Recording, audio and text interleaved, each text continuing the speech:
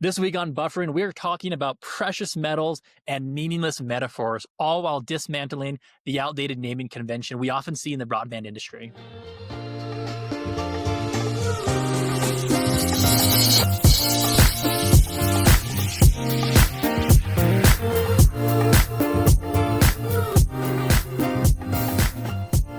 Gabe, I'm not going to be talking about Olympic medals per se today, but how did we do this climb from bronze to gold? What happened here? It's just the tried and true method that companies have been using forever, Zach. And I think there are good reasons why this has worked in the past. And as we're going to talk about today, there's a lot of good reasons why we'd want to change this in the future. But you see this very consistently in broadband service providers, in the insurance industry, in SaaS solutions that are In the being sold. Olympics? Yep, in the Olympics, yes. But because it is something that's very common, bronze, silver, gold, even platinum, if you're trying to add a fancier tier to it, it's the cognitive load that it requires for somebody to understand it is effectively nil. We all get it. We all get that bronze is the worst. We get that gold is the best. And so that is the reason that you see it pervasively everywhere, because it is something that is easy to understand.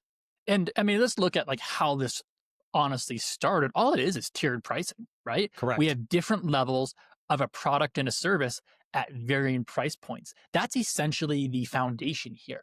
Now, I think what we're going to talk about mostly today is these names. So, of the tiered pricing, how did we end up on bronze, silver, and gold? And I think, again, Gabe, you mentioned what good does this do? One of the things here, it does allow massive market penetration. You have that entry level tier for maybe someone who's a bit more price sensitive. And then you have that premium tier, the gold tier, for those who are willing to pay more. And like I said, there's a good foundation here. And the problem isn't so much the ladder itself, but it's the individual rungs on that ladder with how people have gone to market. Yeah. And as we were researching this, Zach, and I feel like we need to talk about, you and I started having this conversation and then we went complete AI nerd and did an insane amount of research across We got a pretty bunch of worked different up. platforms. We did get pretty worked up and we got the computers, we got the GPUs cranking, doing a bunch of research on this. But one of the things that was interesting as we were reading through the research on this is how you explain the services or the names that you actually give to the services can have a massive impact on what service somebody ends up purchasing. Even in a very simple bronze, silver, gold versus silver, gold, platinum. One of the research points that we were reading was that in that second version, the silver, gold, platinum, you'll probably get a lot more people buying into your entry level service tier there because they perceive that, oh, silver is actually pretty good. Whereas in the bronze, silver, gold, you would expect for sort of a more normal distribution. When I say normal distribution, I mean the middle Straight tier to is the one that, man. yeah, exactly. Yeah, it's, a 25-50-25 split, right? Where you would expect, normal distribution at both ends. And then, the majority of people to purchase the middle one. I did want to bring this up just because I can't help myself. So we were talking about this normal distribution as well, Zach. And you would expect that if broadband service providers are selling 3 tiers, that there would most of the time be a normal distribution. That is not what we see. That's not what I see. Is that what you see? No, but I'm also just going to hint at this a little bit too. But let's say you have 3 tiers or however many tiers. Do you have a decoy in there? Like, is that going to impact your distribution as well? Yeah, for sure. And I don't see that very frequently. I have seen some situations where people will sneak in a 4th tier that's clearly a decoy as a way to drive people into a higher end service tier. I know that's something that we've talked about on previous podcasts before, or, even the classic decoy example is always the movie popcorn, right? Where the small is $6.50, the medium is $6.75, and the large is $7.50 or whatever. And so you're like, well, I'd be a moron not to buy the medium one. It's only 25 cents more. So that's what we're talking about when we're talking decoy pricing. But I bring this up because even in situations where I commonly see 3 different service tiers, which is what we're talking about a lot today, I had 2 examples of this yesterday where somebody asked me to look at their service tiers and we were talking about different go-to-market strategies. 75% of customers were buying the entry-level service tier in both cases. One was like, 72% and one was 76%. But I'm averaging it out a little bit. But 75% of people were buying the entry level service tier. That is not a quote unquote normal distribution. It's very weighted towards that bottom end service. And I think hopefully a lot of the things that we're going to talk about today, Zach, will give people an opportunity to improve that and get out of that normal distribution. Yeah, I don't want to acquire new subscribers at my lowest ARPU entry point. So, No, I Gabe, don't want to do that. let's talk about the hidden cost of this metal standard. And I mentioned the bronze, silver, gold. Where have you seen this in the past as well? Everywhere. But I think the places where it works well, and I do think it can work well, is things like insurance and healthcare. And I think there are similarities between insurance and healthcare and broadband, and I think there's a lot of big differences. So the reason it works well in insurance and healthcare is because the things that are changing are there's fairly static things, right? So like if you have 4 tiers of insurance, those 4 tiers may be called bronze, silver, gold, platinum. The only thing that changes in those is typically the percentage of money that you pay versus the percentage of money that the insurance company pays. Maybe in the bottom one, it's 60%, in the middle one, it's 70, 80%, and so on and so forth. So you're getting more of that coverage. You're getting more coverage as you increase that service tier, so to speak. In that situation, I think it actually does make sense. But I don't think this works well in broadband because of the complexity and because of the differences in how people approach that service, Zach. Yeah, and the value of an internet plan is not the single linear metric, right? You can't easily rank this, especially when speed is the differentiator you're using as well. Gabe, I told you before the podcast, my friends call me Chef Boyardee, and I'm going to use an I love this example so here. much. Who calls you that, right? But speed is just the ingredient. It's not the final dish. The true value of an internet connection is the experience it enables, which is entirely subjective and dependent on the user needs. And I like to use the example here. A gold 1 gigabit per second plan is not inherently better for someone like a grandparent, right? The value is then defined by that individual's specific lifestyle. Yep. Yeah, exactly. So building on that example, the gold 1 gig plan for a grandparent may not necessarily be the best fit. It may be that they, and just because it's the most expensive or seems like the most premium, it's not necessarily going to be the fit for that specific group of people. And that goes back to what you said there, Zach, of value of internet is not that single linear metric. And we try and tie it to that with speed, but it's not necessarily the speed that's actually going to improve the experience for the customer. It's thinking about what are the things that they're actually using it for and how do we assign the value to that service that they're purchasing. Let's continue this and talk about these status tiers or these service tiers as well. And I think when we fall into this naming convention, it also destroys your brand reputation or your brand differentiation, I should say, a little bit as well. We degrade the value. It becomes a little bit more meaningless. And it's to everything we just talked about. It's such a generic descriptor.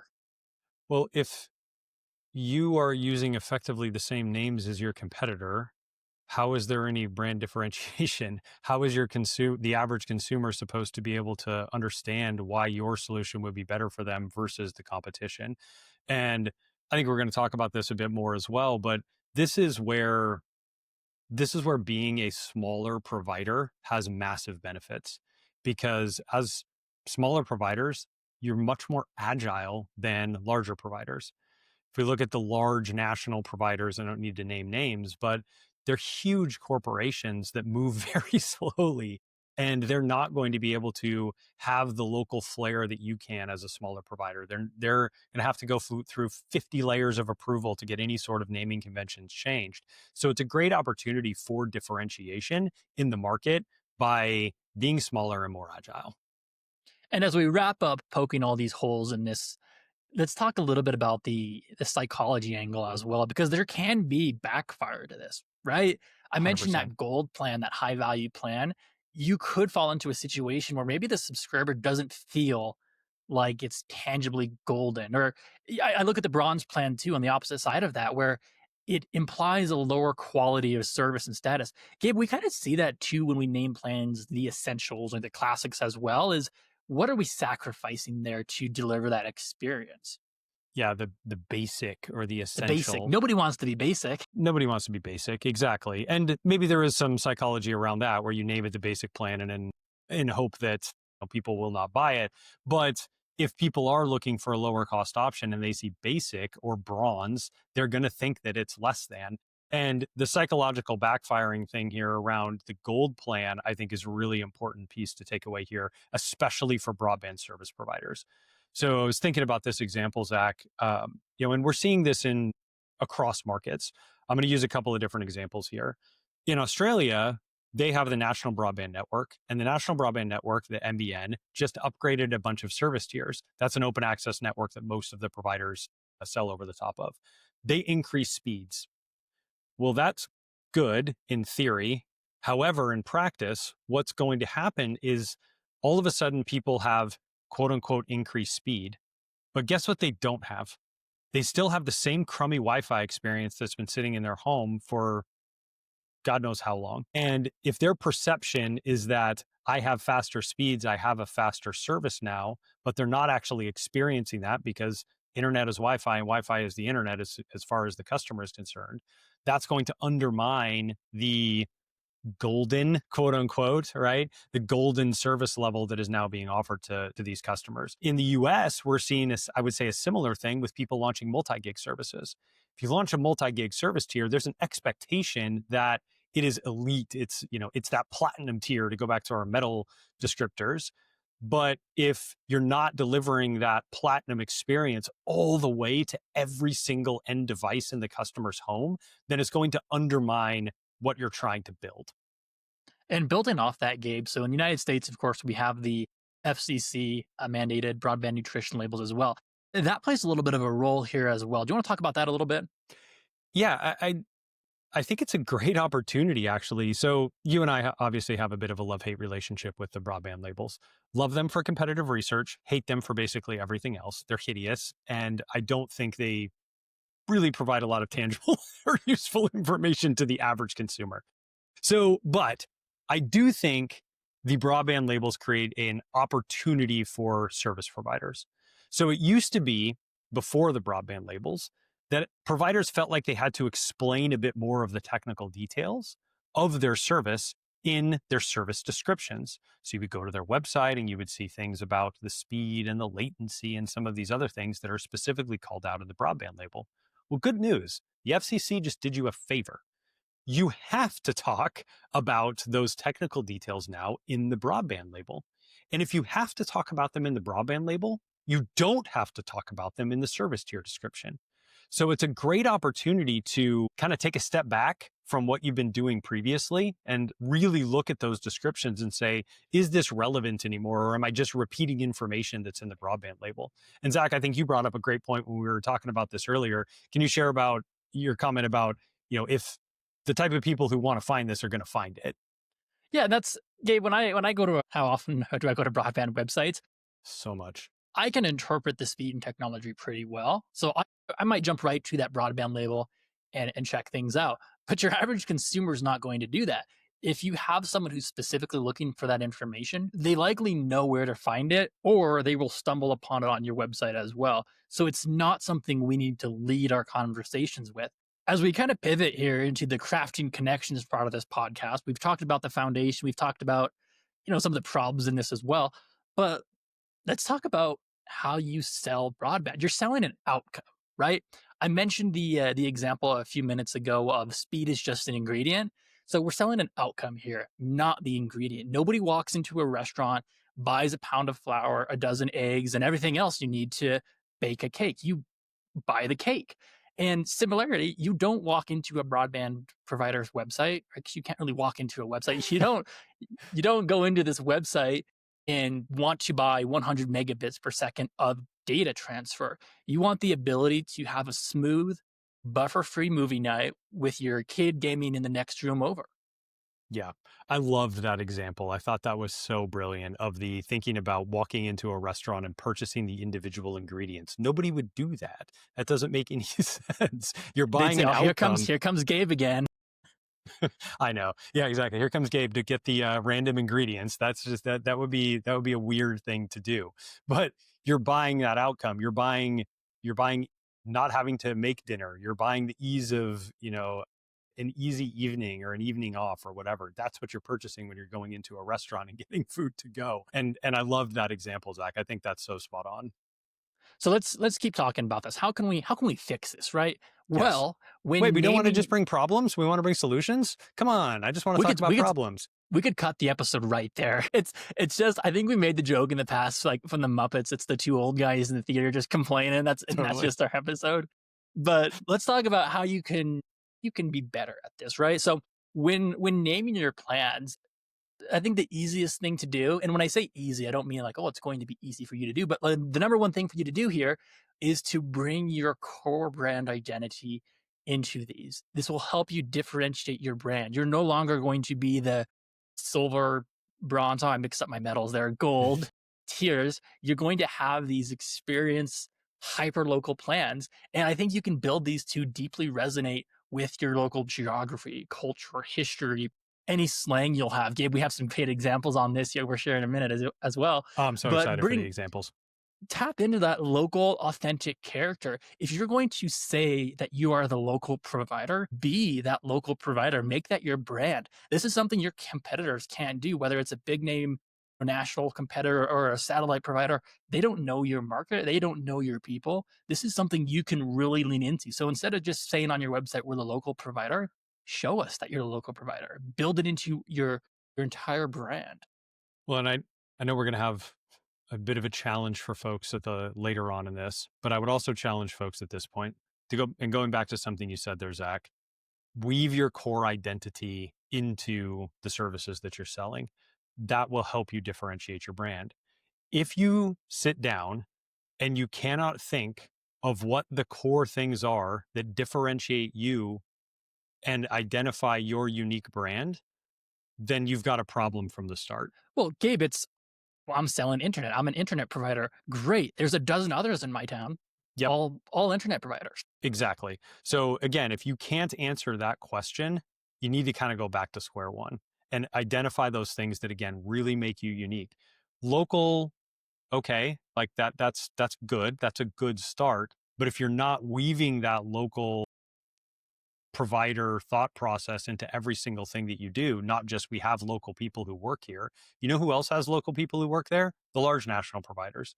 They have local people who live in those communities and work in those communities. There's a truck a block away from my house here, Gabe, with their logo on it. Are they local? Yeah, I mean, the people who live there are local, right? But, again, that can't be a differentiator just because you have local people who happen to live there. Again, that's not something that's a differentiator because the large national providers are going to have that as well. So let's talk about some examples. And Gabe and I are not so here excited. to do your homework, but we are absolutely here to kind of nudge you in the right direction here. So Gabe and I live in two very different markets. I am tucked away in the mountains, the high elevation of Wyoming. Gabe, I don't know if you're even above sea level at this point Pretty here. much I'm basically at sea level. I think we're like 50 feet above sea level. I always right laugh because I'll go out hiking and I'll be like, it was hiking at 12,000 feet. And I don't know what that means to you, Gabe, but just another day. It would mean like death for me. I don't know that I could go at a hike at 12,000 feet. I mean, I live at sea level. I've lived at sea level my whole life. That would probably kill me. Well, so living in the great city of Laramie, Wyoming here, a few blocks from the University of Wyoming, of course, there's a lot of local research I could do to name one of my broadband plans.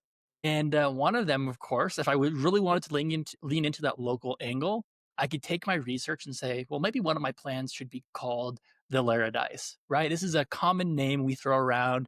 Great place to be in the summertime with the mountains and being outdoors.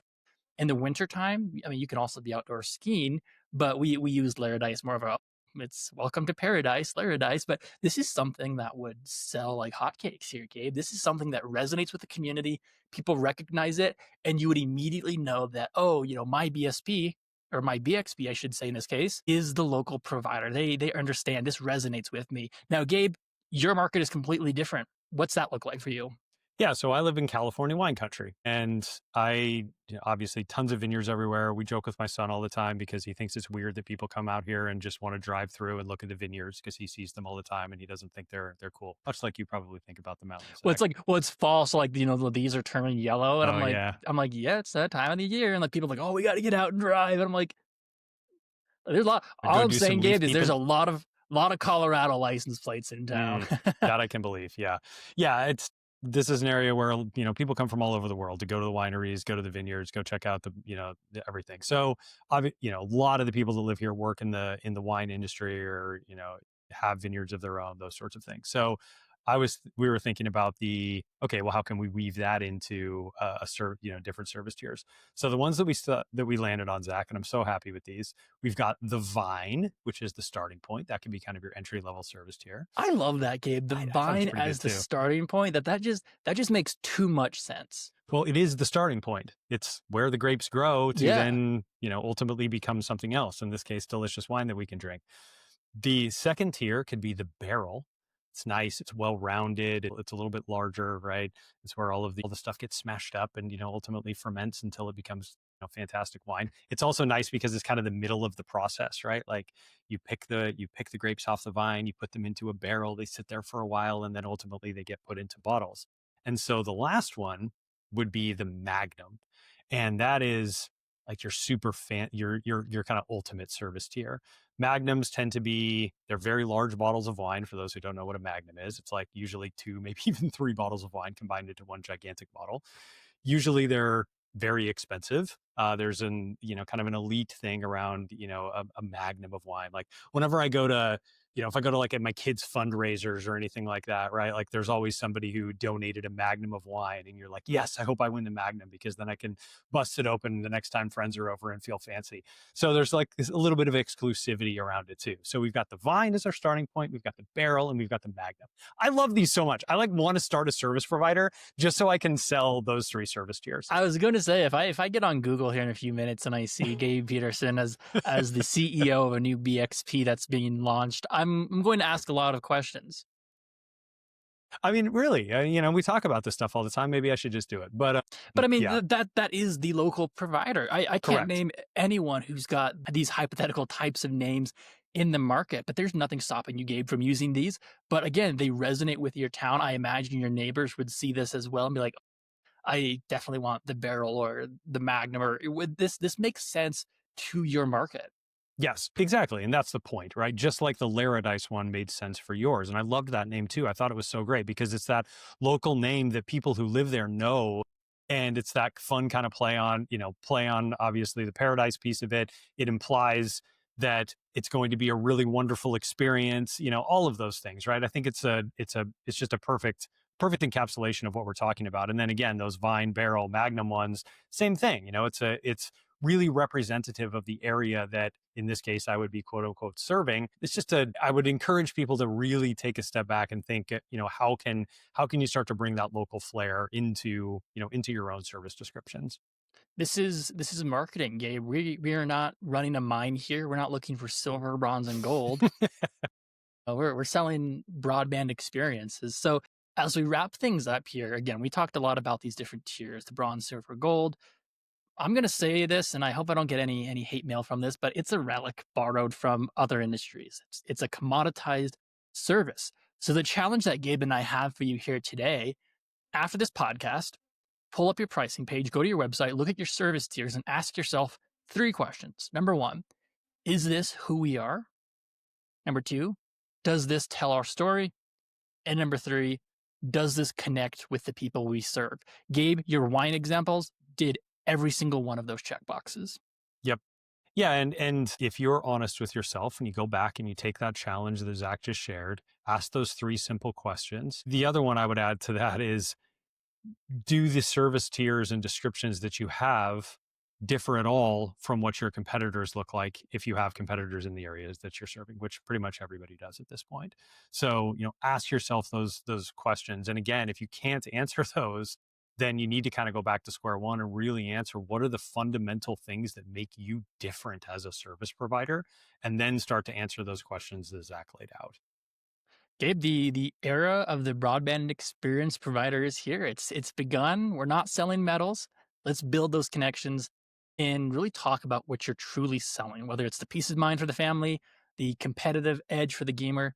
I think your customers are going to thank you for it. Without question. They're going to thank you because they're going to be able to have they're going to have a very different experience with the services that you're selling versus the generic bronze, silver, gold. And again, to go back to the beginning of the conversation, there's a reason bronze, silver, gold is so pervasive. It does take less cognitive load, and there is an easier way. It is an easier way for people to understand. But you said a word there a few minutes ago, Zach: commoditize or commodity. It is very much aligned to a commodity product or a commodity service, and that's how people are going to perceive it because they do see it everywhere. And so the perception is when it's laid out like that, it is a level of sameness that's across, that's just visible to everybody everywhere with all kinds of different products and services. And Gabe, just to wrap this up, what did we talk about last week? Do you remember on the podcast? What was our episode last week? We Remind talked me. about The Google. Yeah. Sorry, man. It's clearly been a long week. Yes, we did our Gemini integration into Google, which I think I know where you're going with this, Zach. Oh If yeah. you're asking Gemini to go look at your website, we saw this in the examples that we used. We looked at a broadband experience provider website, had Gemini review that, had it come back, and it came back with unique solutions that really tied to how people were actually going to use the service. And we did the exact same thing on a quote unquote traditional provider site where the vast majority of people kind of are still, frankly, where it had very generic descriptions of the different services that were being sold. And Gemini really struggled with that. It struggled with identifying what made this provider unique. And frankly, if I was a consumer, I really would have struggled with why should I buy from that provider if there is nothing about it that's unique.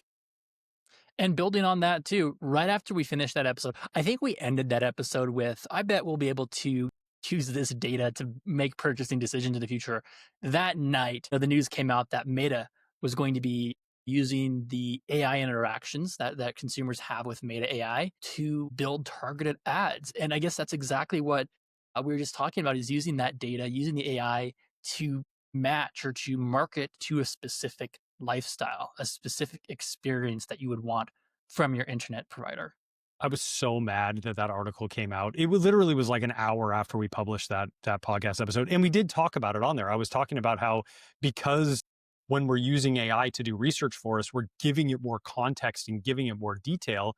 And excuse me, I felt stupid because I hadn't really thought about how all of this information was going to be used in advertising and used from a data analytics and a personalization perspective. And then Meta came right back later that evening and said, we are going to use all of the information that you're putting into these models to personalize ads to you. And it's such a logical next step. But I was so mad that came out afterwards. We should have talked about it on that. Could have talked about it on that episode, but it's fine. It's fine. We talked about it on this episode, so it's okay. We talked about it a little bit too, of like, remember the amount of data Google has on you as well. And that's not to like scare you. It's just to remind you as marketers, this data exists. We have a pretty good feeling of who our customers are, what interests they have, their behavior data, their demographic data, all of this. And if we can use that, again, tying that invitation back to the party here, as we just talked about today, bronze, silver, gold might not resonate as well as some of these experience and these local names that we talked about. I can't believe we went this whole episode and didn't talk about the titanium thing and the iPhone. I felt like that was going to come up for sure. I was going to sneak it in the beginning and, just kind of read off the periodic table elements and all the metals that I'm familiar with thanks to this podcast. But yeah, where does titanium sit in there? Bronze, silver, gold, titanium. Where would you put that? Well, platinum too. We can't forget platinum. I know. I feel like platinum and titanium are probably interchangeable in the context of the metal hierarchy. But yeah, it's a good question. Let's end on this point though. So Apple, they went from titanium back to aluminum. Which one's better? Like, do the consumers know which one's better? I mean, I know from a technical standpoint. I don't care. Heat, but exactly, it's the same conversation. Now, Gabe, an AI powered phone. I don't know if that's something that interests you, but that's something that's going to resonate with people more. Or like a phone for photography and videography. It's exactly what we're talking about today in a different industry. By the way, when I was talking about an AI powered phone, I was talking about a Google Pixel. Um, and the last thing I'll note is one thing I found interesting that we'll follow up on a future episode on is Apple's shifted away from talking about metals to the camera system.